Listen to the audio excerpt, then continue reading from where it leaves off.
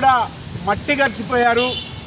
ఇవాళ ప్రజల యొక్క సమస్యలు, దైనందిన సమస్యలు పరిష్కారం కావాలంటే దేశంలో ఒక ప్రజాస్వామిక వాతావరణం, ఒక మార్పు, ఉండటానికి ఇల్లు, తినడానికి తిండి, కట్టుకోవడానికి బట్ట, సామాజికమైనటువంటి పరిస్థితి, న్యాయం జరగాలంటే ఇలా విప్లవం ద్వారానే సాధ్యమవుతుంది.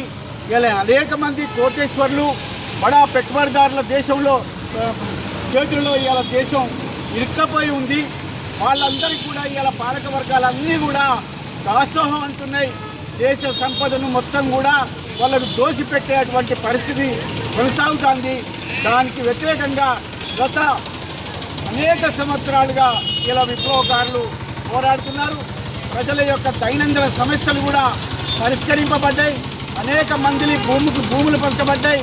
ఇలా చైతన్యంతో ఎదురు తిరుగుతున్నటువంటి విప్లవకారులు కావచ్చు, వాటికి అండగా ఉన్నటువంటి ఛత్తీస్గఢ్ రాష్ట్రంలో ఆదివాసీలు, నోరు లేనటువంటి ఆదివాసీల పైన మొత్తం హత్యాకాండ కొనసాగిస్తూ చిన్నపిల్లలు, వృద్ధులు అనేటువంటి చూడకుండా ఇలా గ్రామాల నుంచి వందల సంఖ్యలో తీసుకొని వచ్చి ఇలా కాల్పులు చేసి ఒక అమానుష్యమైనటువంటి హత్యాకాండను బీజేపీ ప్రభుత్వం ఆయా ఛత్తీస్గఢ్ కావచ్చు, కేంద్రంలో ఉన్నటువంటి కేంద్ర ప్రభుత్వం కావచ్చు, రెండు కూడబలుకొని ఇలా హత్యాకాండను కొనసాగిస్తున్నటువంటి ఉన్నది.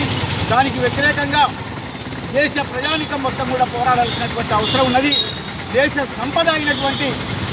సంపద మొత్తం కూడా ఇలా బహుళజాతి కంపెనీలు కట్టబెట్టేటువంటి కుట్రలను కూడా మనం ఎదిరించాల్సినటువంటి అవసరం ఉన్నది.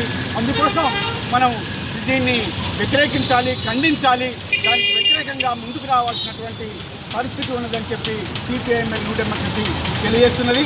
దీనికి వ్యతిరేకంగా ఏప్రిల్ 8వ తారీఖున దేశ రాజధాని ధర్నా చౌక్లో ఇలా మొత్తం పెద్ద ఎత్తున ధర్నా కార్యక్రమం నిర్వహించబోతుంది. ఆ ధర్నా కార్యక్రమానికి ప్రజాస్వామికవాదులు, ప్రజలు, మేధావులు అందరూ కూడా వచ్చి విజయవంతం చేయాల్సినటువంటి పరిస్థితి ఇలా ఉన్నదని చెప్పి తెలియజేస్తుంది.